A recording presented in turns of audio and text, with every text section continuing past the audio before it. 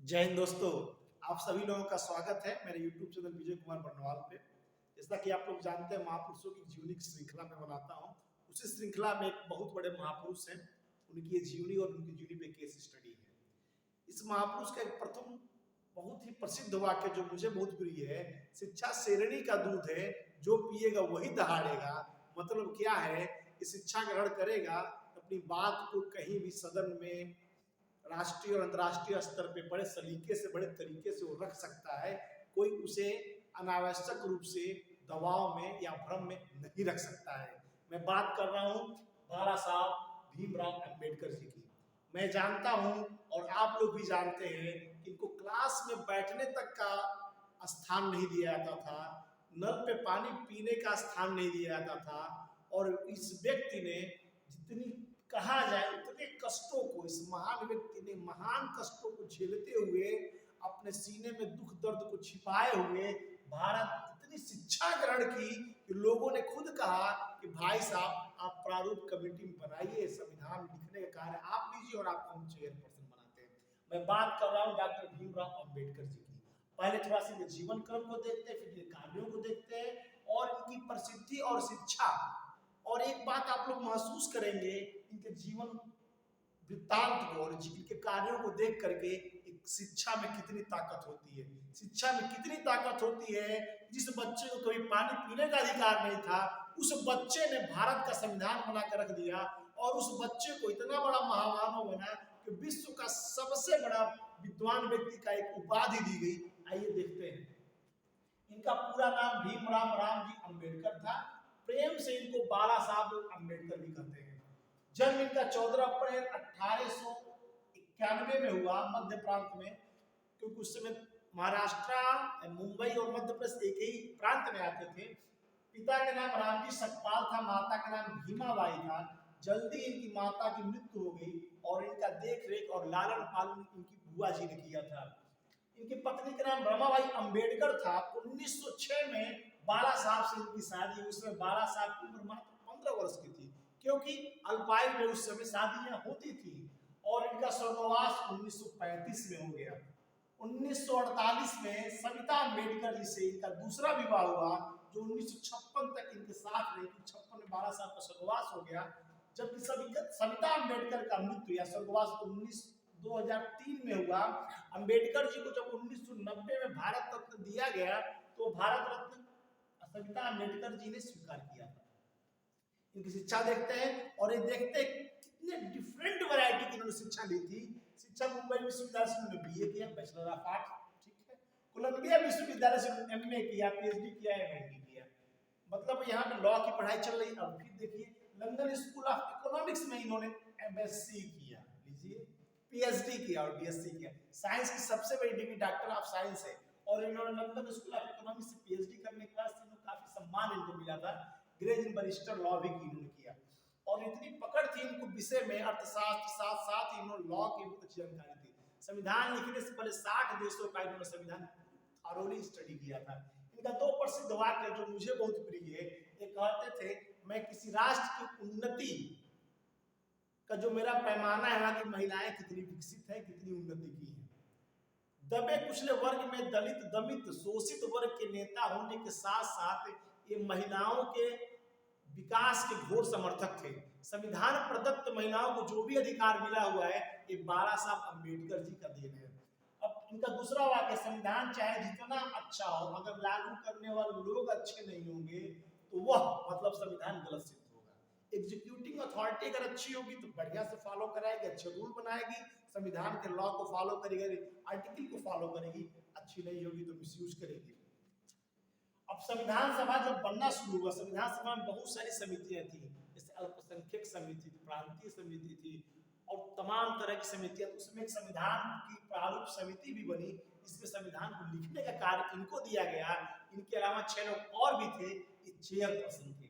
Doctor Bhimrao Ambedkar के बहुत बड़ा मेहनत और परिश्रम इन्हीं का था। और संविधान बनने में 2 वर्ष 11 माह 18 में संविधान बनकर तैयार हुआ।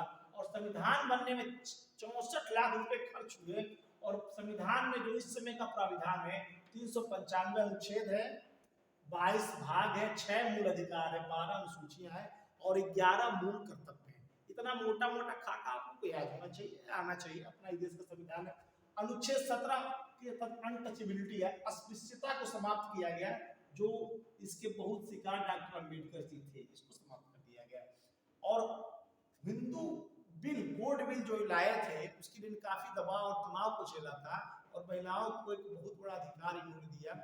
और उस समय ये भी कहा जाता है कि मुस्लिमों महिलाओं के लिए भी ये कमेटी और एक बिल लाने वाले थे, लेकिन भारी दबाव नहीं लाए। और जनसंख्या पर बिल लाने वाले थे, लेकिन भारी दबाव, राजनीतिक उथल पुथल का समय था, गांधी जी की मृत्यु हो चुकी थी या उनको मार दिया गया था, पटेल जी भी जा चुके थे, 1950 पटेल जी का भी स्वर्गवास हो चुका था। तो अब क्या हुआ, ये महान काफी स्ट्रगल करते हुए इन्होंने काफी काम को किया। थोड़ा सा एक देखते हैं, महान पुस्तक प्रेमी डॉक्टर अम्बेडकर के निजी पुस्तकालय में उस समय सोचिए 50,000 से अधिक पुस्तकें थी, जो बताती है कि डॉक्टर अम्बेडकर पुस्तक से कितना प्रेम करते थे।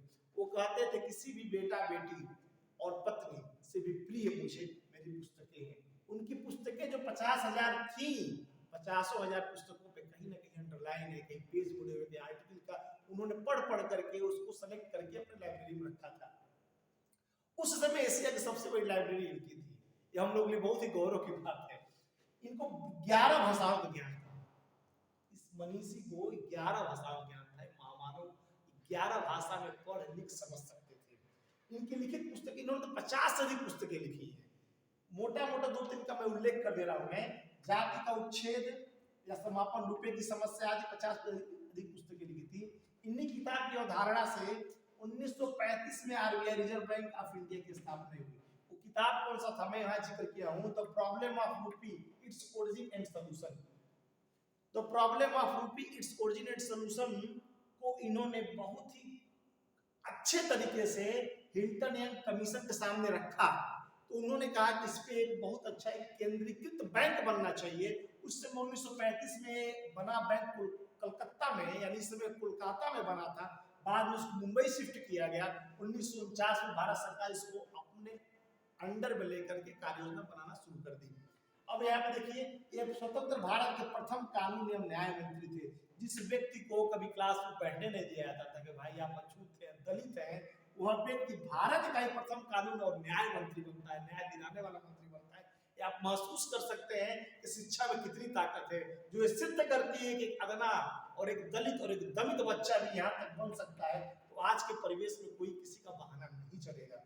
अनुच्छेद 370 को संविधान में नहीं रखना चाहते थे। सबसे बड़ी बात मैं बता दे रहा हूं, मैं 370 को ये नहीं रखना चाहता। शेख अब्दुल्ला नेहरू जी में एक मित्रता थी, बॉन्डिंग थी, एक आपस में था, ट्यूनिंग थी। 370 को ये नहीं रखना चाहते थे नेहरू जी, दबाव, तो ये अपने आप को अलग कर दिए, 2-3 लोग अन्य लोग मिलकर के इसको रखे। लेकिन अंबेडकर जी वहां पर भी कुछ बुद्धिमानी की, उन्होंने स्पष्ट प्रथम ही आर्टिकल में 370 ए डाला और उन्होंने कहा दिस इज टेम्पररी, और आज उसी के दम पे इसको हटाया गया। और स्वर्गवास इनको 6 दिसंबर 1956 में हुआ। और इनको इतना ऐसे लोग तो मरते नहीं, जिनका चर्चा वो लोग कहाँ मरते हैं, जीते जी और जीने जाने के बाद भी इनका बहुत रिस्पेक्ट है। कोलंबिया यूनिवर्सिटी, जहां से इन्होंने पीएचडी किया था, 2004 में 200 विद्वान लोगों की एक लिस्ट तैयार करती है और सर्च करती है। सर्च करने के बाद से पूरे वर्ल्ड में 200 व्यक्ति में सबसे विद्वान व्यक्ति कौन है, डॉक्टर भीमराव अम्बेडकर। हम लोग गौरव की बात है। और कोलंबिया यूनिवर्सिटी के फ्रंट पे जहां से एंट्री होती है, डॉक्टर अम्बेडकर की एक प्रतिमा की स्टैचू लगी हुई है, जहां उनकी पूजा या उनको सम्मान दिया जाता है। और अमर्त्य सेन जो नोबेल पुरस्कार विजेता है, अपने देश के हैं, नोबेल पुरस्कार अर्थशास्त्र में ये पाए हुए हैं नोबेल प्राइज। तो इन्होंने डॉक्टर अम्बेडकर को अपना गुरु कहा। इकोनॉमिक्स की इतनी अच्छी जानकारी उस समय, और आपको बहुत आश्चर्य होगा, डॉक्टर अम्बेडकर स्टॉक मार्केट में काफी कुछ दिन तक काम किए थे। बाद में और चुनाव और राजनीतिक उथल पुथल और जिम्मेदारी मिलने के कारण उन्होंने उसको छोड़ दिया। स्टॉक मार्केट में भी इन्होंने काफी काम किया था। और डॉक्टर अम्बेडकर पे बहुत सारी फिल्में ही बन चुकी है। ममूटी ने काफी 2000 में आई थी, ममूटी ने एक्टिंग किया है। और सबसे प्रमाणिक राज्यसभा टीवी आप यूट्यूब पे देख सकते हैं, संविधान एक एपिसोड चलता है, उसमें डॉक्टर अम्बेडकर की भूमिका सचिन खेड़कर ने निभाया। मैं उसे देखा हूँ, आपको जब से भी मिली इसको देख सकते, काफी अच्छा मतलब कहा जाए फिल्मांकन किया गया उस समय सिचुएशन का। नेहरू जी बने, गांधी जी बने हुए हैं, और उन लोगों का एक लेकर के संविधान बना करके एक डिबेट उसमें दिखाया गया, उसको देख सकते हैं। इस प्रकार हम देख सकते हैं कि एक ऐसा व्यक्ति जो भारत का संविधान भी बनाता है, एक ऐसा व्यक्ति जो भारत का अर्थशास्त्र यानी बैंकिंग सेक्टर में आरबीआई की स्थापना की नींव रखता है, ऐसे व्यक्ति को हम कोटि कोटि सम्मान देते हैं, कोटि कोटि श्रद्धांजलि देते हैं और ईश्वर से प्रार्थना करते हैं ऐसे व्यक्ति भारत में बार बार जन्म लेते रहे। और लोगों से फिर अपील है, अपने मित्रों से अपील है, बच्चों से अपील है कि भाई आप लोग देखिए, जिस व्यक्ति को कभी क्लास में बैठने का स्थान नहीं मिला, जिस व्यक्ति को पानी पीने की तक दिक्कत होती थी, जिस व्यक्ति को बाल कटवाने जाता था लोग उतार देते थे कुर्सी पर से, जिस व्यक्ति को तांगे बिठा था लोग तांगे पर से खींच के उतार देते थे, उस व्यक्ति ने भारत का संविधान लिख दिया। इसके दम पे, शिक्षा के दम पे, अपनी पढ़ाई के दम पे अब कहीं कोई भेदभाव नहीं है। तब आपकी पढ़ाई पीछे नहीं होनी चाहिए, पढ़ाई कम नहीं होनी चाहिए। डॉक्टर साहब भीमराव अम्बेडकर जी का संकल्प था कि कोई बच्चा पढ़े, मन से पढ़े और नशा मुक्त भारत हो। ये नशे के खिलाफ रहते थे और छोटे लोगों से विशेष अपील करते थे कि आप लोग नशा छोड़ दीजिए। इन्होंने स्टडी करके पाया जितने भी गरीब लोग हैं उनमें कॉमन पॉइंट एक था कि वो नशा करते हैं, इसीलिए उसी कभी करोड़ गरीब थे। इन्होंने अपने बायोग्राफी में लिखा भी है कि मुझे थोड़ा भी मानने वाले अगर नशा करते तो मुझे नहीं मानते।